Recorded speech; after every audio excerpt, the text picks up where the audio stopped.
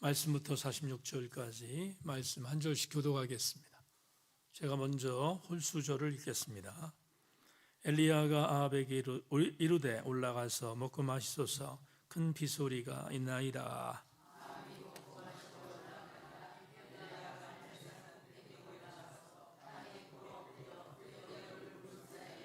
그의 사원에게 이르되 올라가 바다 쪽을 바라보라. 그가 올라가 바라보고 말하되 아무것도 없나이다. 이르되 7번까지 다시 가라.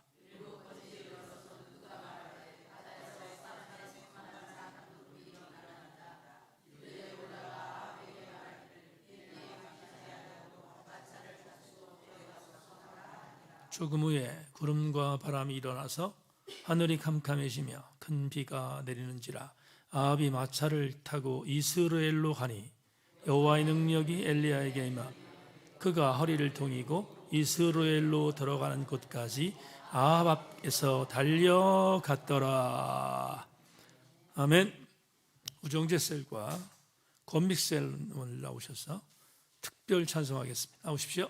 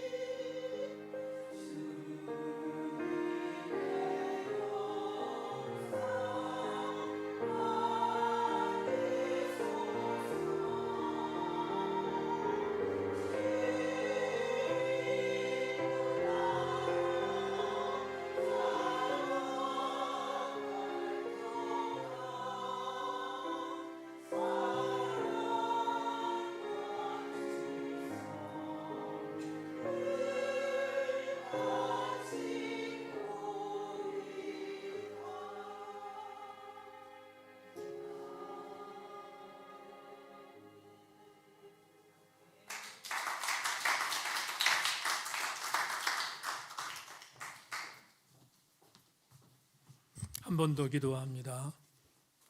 주님, 우리 주 예수 그리스도의 부활이 없었다면 우리의 믿는 것이 헛것이라고 사도 바울이 고린도서 15장에서 선포했습니다.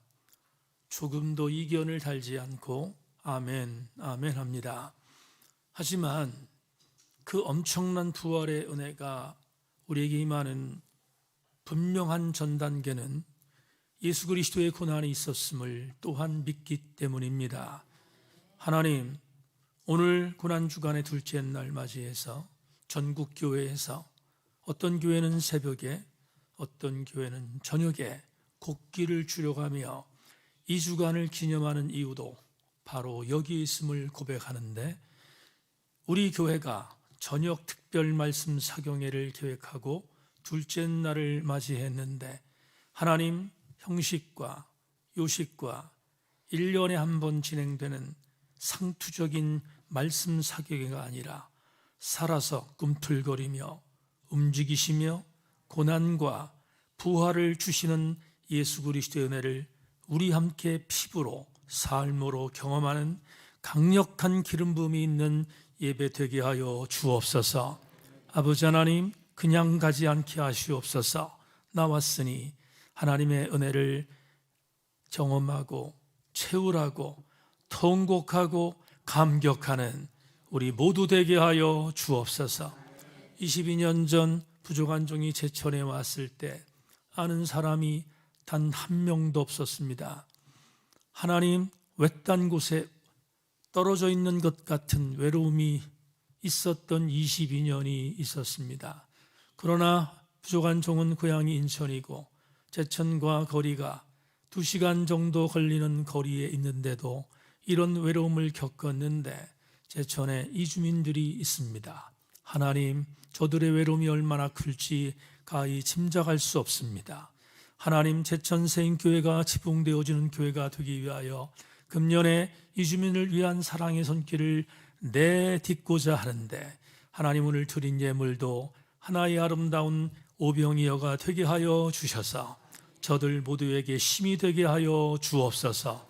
오늘 우리 함께 겸손한 마음으로, 상황은 다르고 여건은 다르고 더불어 우리의 삶의 처수도 다르고 오늘 어떠한 영적인 부분에 있어서의 은혜도 우리에게 임할지 알지 못하지만, 그러나 한 가지 분명히 이 종이 기도합니다.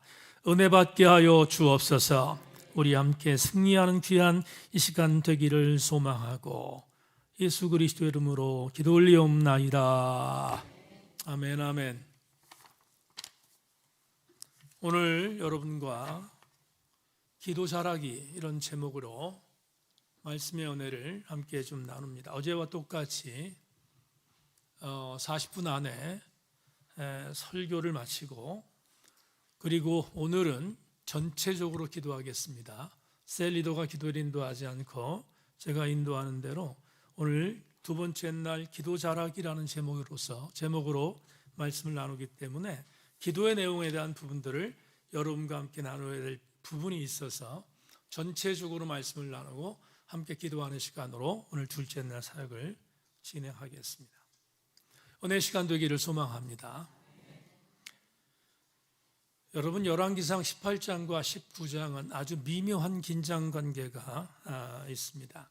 18장은 북왕국 이스라엘 공동체가 바알리즘에 빠져서 바알을 섬기고 아세를 섬기는 바람에 하나님이 심판하셔서 성경에 3년 6개월, 열왕기상은 3년 6개월이라는 단어는 나오지 않지만 정황을 보면 야고보서의 말씀을 우리가 함께 겸비해서 보면 3년 6개월 정도 비가 내리지 않았다, 이렇게 표현을 하는데 3년 6개월 동안 비가 내리지 않은 절망적인 상황이 18장에 기록되어져 있습니다.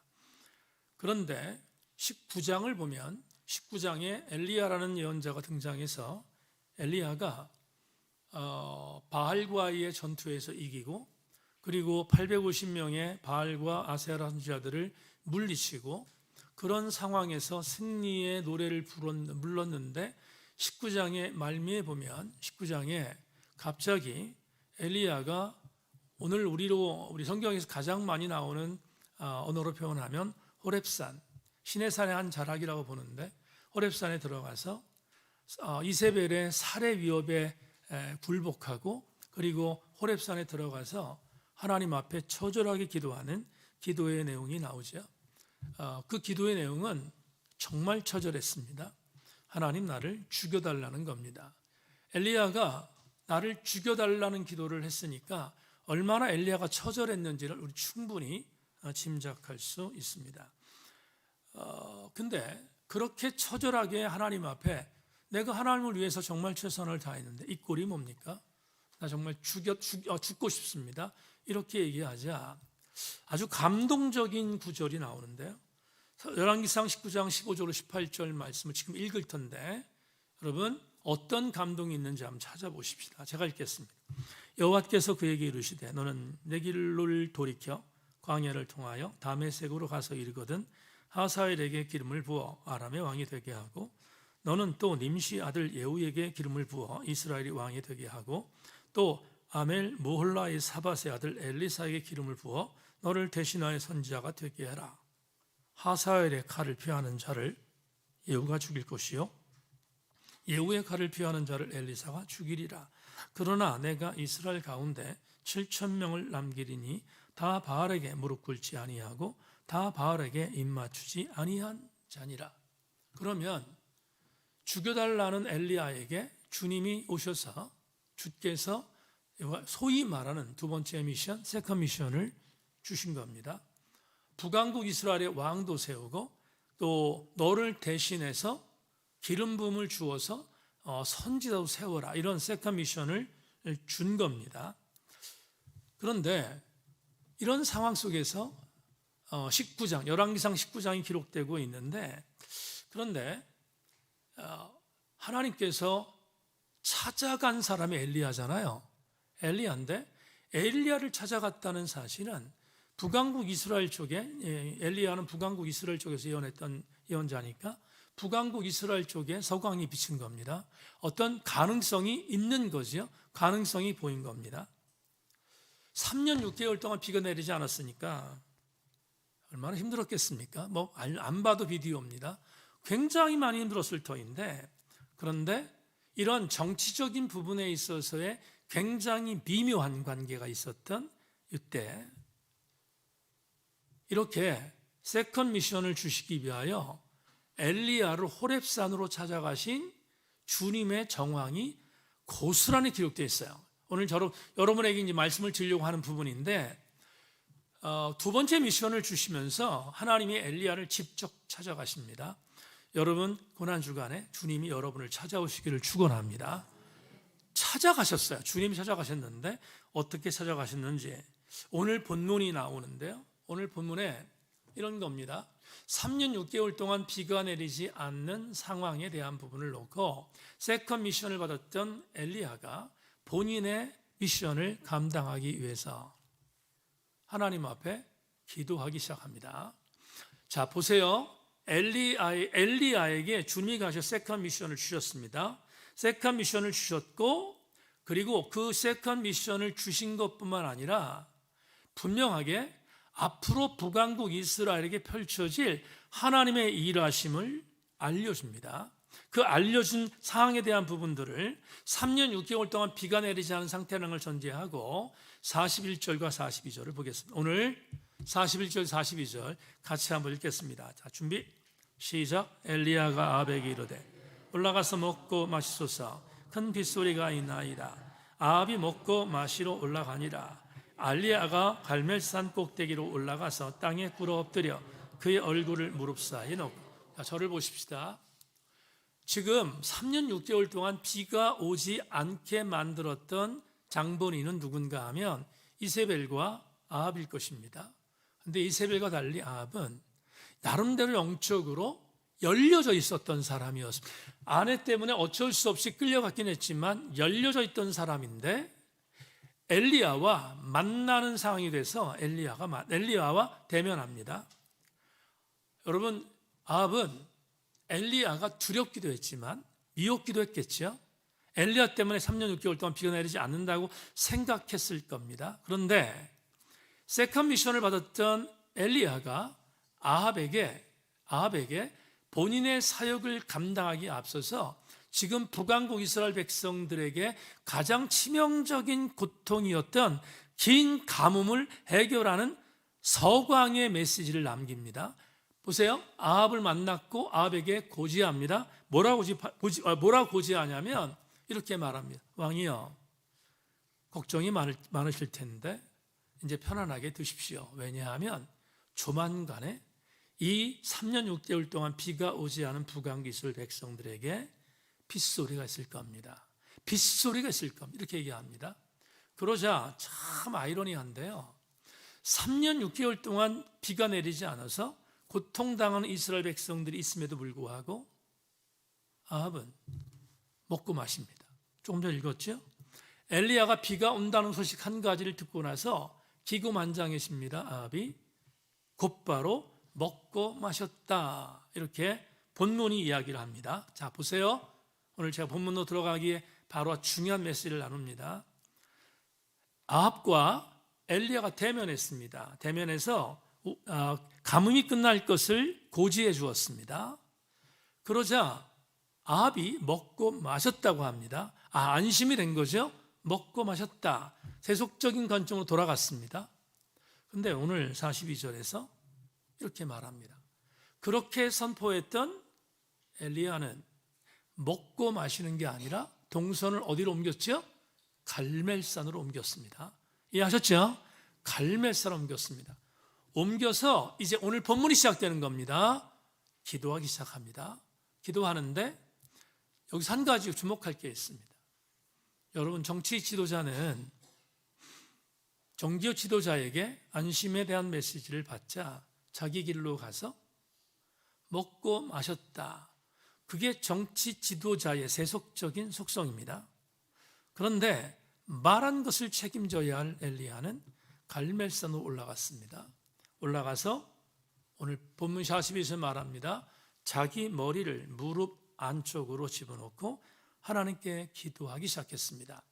그리고 나서 오늘 기도한 이 메시지에 대한 부분이 여러분 너무 잘 알고 있지 않습니까?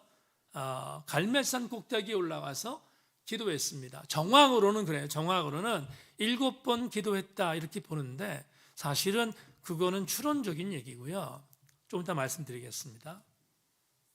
비를 달라고 기도했던 엘리야의 기도는 7번 기도한 게 아니라 응답받을 때까지 기도한 거예요. 왜냐하면 7이라는 숫자가 완전 숫자이기 때문에 해석을 그렇게 하는 겁니다. 분명한 사실, 응답받을 때까지 기도했다 이렇게 말합니다. 그러자 어떤 일이 벌어졌는지 자, 우리 오늘 은혜를 받기 직전에 있는 메시지로 가겠습니다. 44절과 45절 같이 읽습니다. 시작. 7번째 이르러서는 그가 말하되 바다에서 사람의 손만한 작은 구름이 일어나나이다. 이르되 올라가 아합에게 말하기를 비에 막히지 아니하도록 마차를 갖추고 내려가소서 하라 하니라. 조금 후에 구름과 바람이 일어나서 하늘이 캄캄해지며 큰 비가 내리는지라. 아합이 마차를 타고 이스라엘로 갔다. 자, 주목. 드디어 지금 아합은 먹고 마십니다. 엘리야는 갈멜산에 올라가서 간절히 기도했습니다. 그러자 큰 비가 오기 시작했습니다. 마차가 막힐 정도라고 했으니까 얼마나 엄청난 비가 왔는지 상상할 수 있습니다. 그러면 우리는 아주 단순하게 우리가 오늘 둘째 날 받아야 할 이번 말씀 사경회의 주제는 원색적 복음이라고 했는데 여러분 우리가 오늘 둘째 날 아주 단순하게 생각할 은혜가 있다. 뭐냐? 기도 잘하기입니다. 뭘 잘하자고요? 기도 잘하기입니다. 지금 오늘 본문에 있는 내용을 여러 가지 신학적 해석하지 않고 그냥 본문에 있는 말만 갖고 함께 나누면 기도 잘 하기를 원한다 하는 것이 오늘 메시지일 것입니다. 그러면 그래도 나왔는데 받고 갈 은혜를 몇 가지 나누기를 원합니다. 뭐가 기도 잘하는 건가? 어떤 게 기도를 잘하는 건가? 오늘 여러분과 이 내용을 둘째 날 받는다면 손해보지 않는 지폐가 될 줄로 믿습니다. 기도를 잘한다는 게 뭐지? 첫째, 자막, 말씀 붙들고 기도하는 것이다. 말씀을 붙들고 기도하는 것이 기도를 잘하는 것이다. 여러분, 제가 오늘 설교 시작하면서 그랬습니다.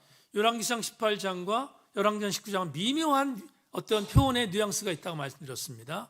열왕기상 18장 1절을 소개합니다. 자막 보십시오.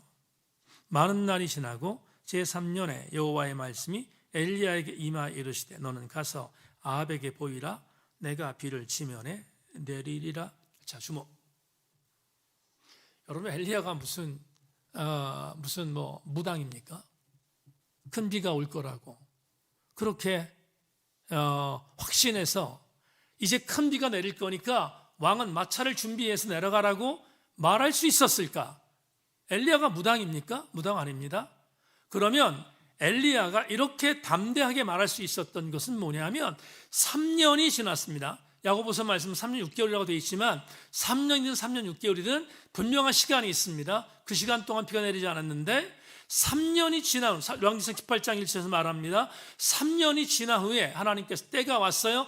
카이로스의 때가 왔습니다. 엘리야를 불렀습니다. 엘리야에게 이렇게 말합니다. 엘리야야, 아합을 불러라. 아합을 불러서 말해라. 이제 비가 올 것이라고 말해라. 누가 말했습니까? 야훼 하나님이 엘리야에게 말해 주었습니다. 그러니까 야훼 하나님께서 엘리야에게 비가 올 것이라고 약속한 거지요. 약속한 겁니다. 약속된 말씀을 붙들었던 자가 누군가? 엘리야입니다. 무대뽀로 한 게 아니라 하나님께서 이미 나에게 일러주셨던 약속이 있습니다. 그 약속에 대한 것들을 붙들고 내가 이제 기도하면 되겠구나 생각해서 기도한 것은 엘리야의 승부수였습니다. 그러면 기도 잘하는 게 뭔가? 기도 잘하는 것, 약속의 말씀을 붙들고 기도하는 것이다. 약속의 말씀을 붙들고 기도하는 것이다. 이렇게 생각합시다. 비를 줄 거라고 말씀하신 분이 야훼 하나님이라면 그 야훼 하나님은 약속을 지키시는 분이다. 약속을 지키시는 분의 약속을 붙드는 것은 절대로 손해보는 일이 아닙니다. 우리가 하나님께 기도할 때 기도를 잘한다는 의미가 뭘까? 하나님 나에게 주신 말씀을 붙들고 기도할 때 우리는 기도를 잘하는 것이라고 말할 수 있습니다. 오늘 양육반 사역하는데 모두가 그런 얘기를 했어요. 오늘 이 성령님에 대한 공부를 했는데 관건 중에 하나가 뭐냐 하면 기도를 정말 잘하고 싶은데 기도가 잘 안 될 때 참 고통스럽다는 얘기를 나눴습니다. 그런데 여러분, 기도를 잘한다는 말이 뭡니까? 기도를 잘한다는 말이 뭐예요?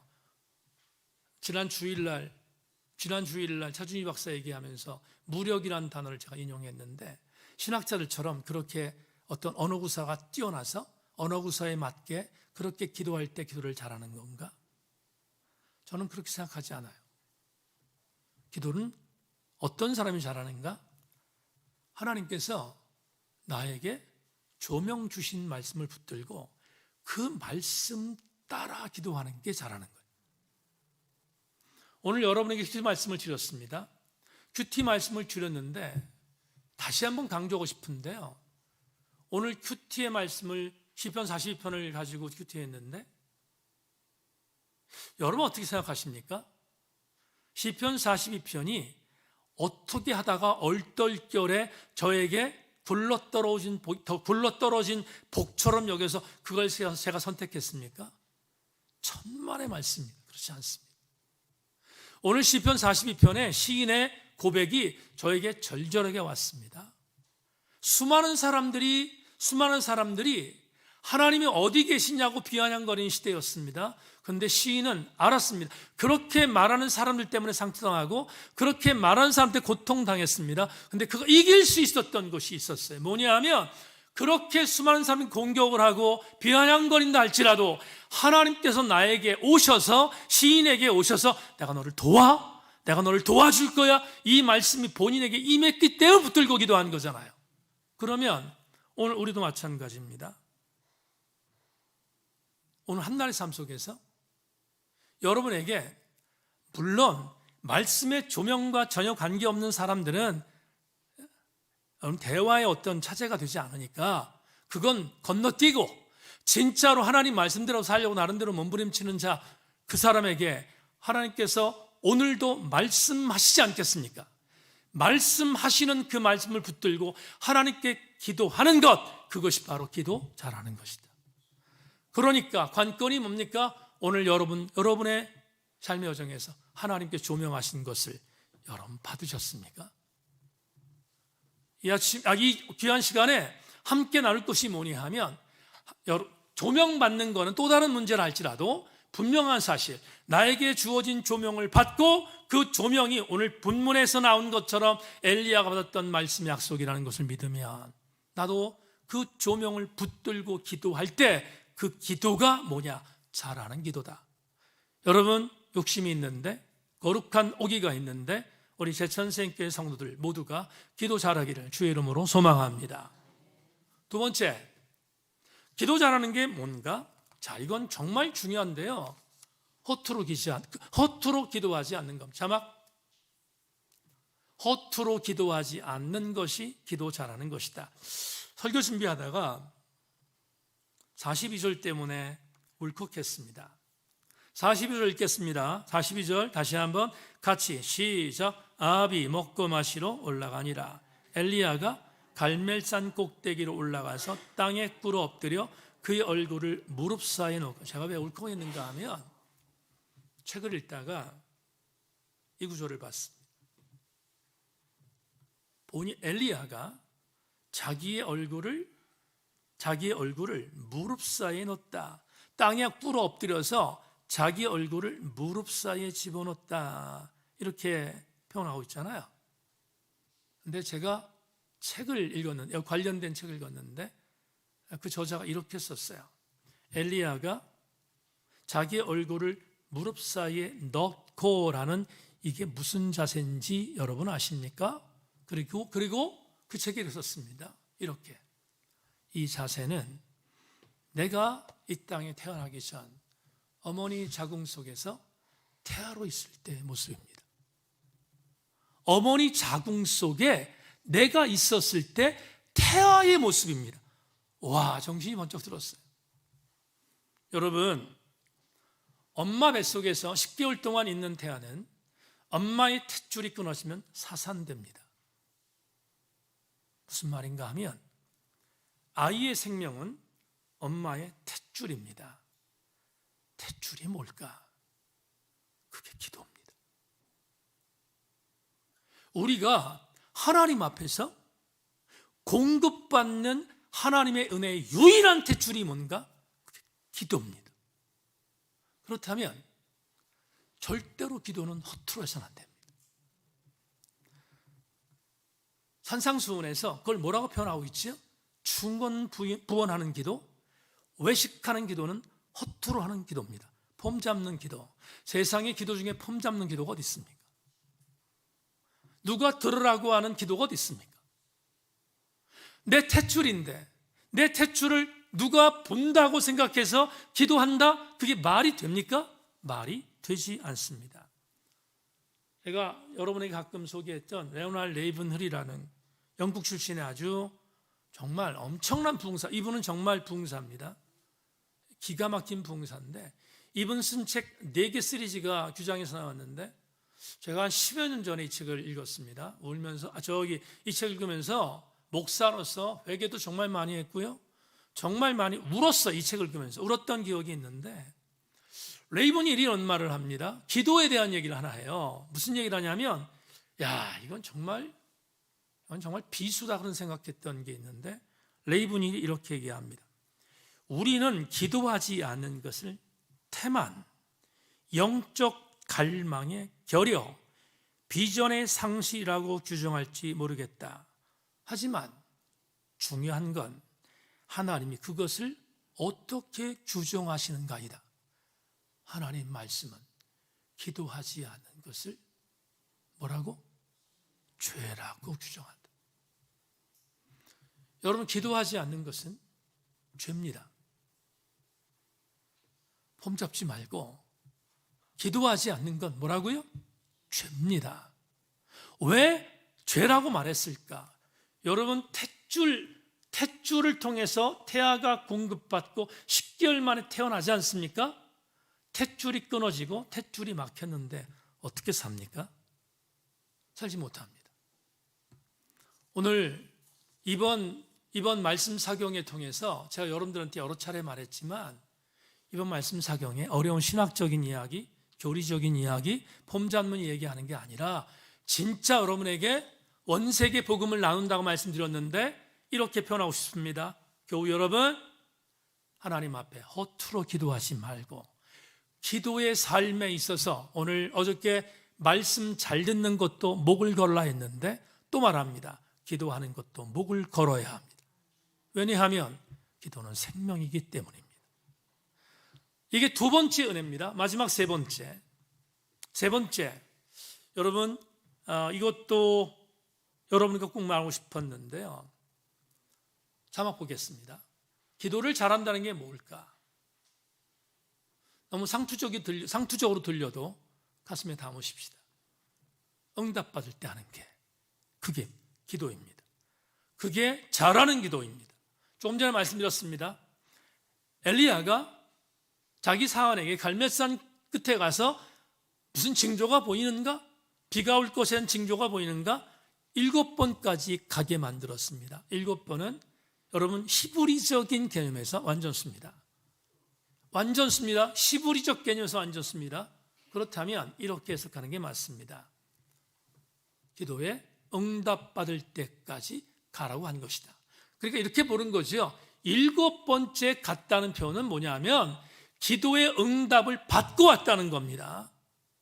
손바닥만한 작은 구름이 뭐예요? 그 기도의 응답이거든요. 응답입니다. 어떤 신학자가 엘리야의 기도를 이렇게 말했습니다. 엘리야가 기도한 숫자는 산술적 기법의 7을 의미하는 게 아니다. 7은 유대 사회에서 완전수다. 그러므로 엘리야가 기도한 숫자는 7이 아니라 응답받을 때까지였다. 아멘이죠? 그렇습니다. 그러니까 우리는 잘하는 기도가 뭐냐? 응답받을 때까지 하는 거다. 제가 오늘 양육반 지금 사역하고 있는 새신자반에 이재철 목사님 쓰신 기도가 뭔가에 대한 부분을 설명하는 챕터가 있어요. 오늘 거기까지 나가지 않았지만 기도가 뭐지? 라고 이재철 목사님이 새신자반에서 말하는 게 있는데요. 그분이 이런 얘기를 합니다. 참 이게 엄청난 촌철살인인데요. 기도란 하나님께서 당신 자신을 위하여 인간에게 부여한 특권이래. 하나님께서 당신 자신을 위하여 인간에게 주어진 특권이 기도다. 이게 무슨 말이죠?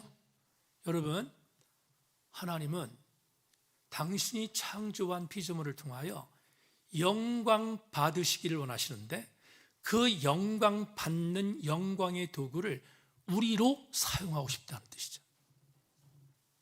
오늘 이 저녁에 우리 교우들 전체에게 다시 한번 말씀을 드립니다. 여러분, 하나님 앞에 어떻게 기도를 잘하는 거지? 뭐가 기도를 잘하는 거지? 오늘 양육반 집사님들 그리고 권사님들이 그 얘기했어요. 정말 기도 잘하고 싶은데 잘 그게 안 돼서 정말 힘들다고. 제가 오늘 그렇게 말했어요. 기도를 잘한다고 하는 것은 언어적 구사가 아니고 성령께서 인도하시면 기도를 잘하게 된다 말씀했는데, 오늘 여기 나오신 교회 여러분, AI가 기도에 응답을 주는 것은 그건 가짜입니다. AI는 기도의 응답을 만들어 줄 수 있지만 하나님이 주시는 것이 아닙니다. 권면합니다. 여러분, 여러분의 얼굴을 땅에 묻고 무릎 사이에 집어넣고 태중에 있는 태아의 모습처럼 응답받을 때까지 기도하면 하나님께서 가장, 제 말 잘 들으십시오, 가장 적절한 시기에 가장 아름다운 모습으로 하나님께서 기도의 응답을 주신다는 사실을 명심하고 기도를 소홀히 하는 죄를 범치 않는 여러분이 되기를 주의 이름으로 소망합니다. 기도 잘하는 것은 응답받을 때까지임을 명심하십시다.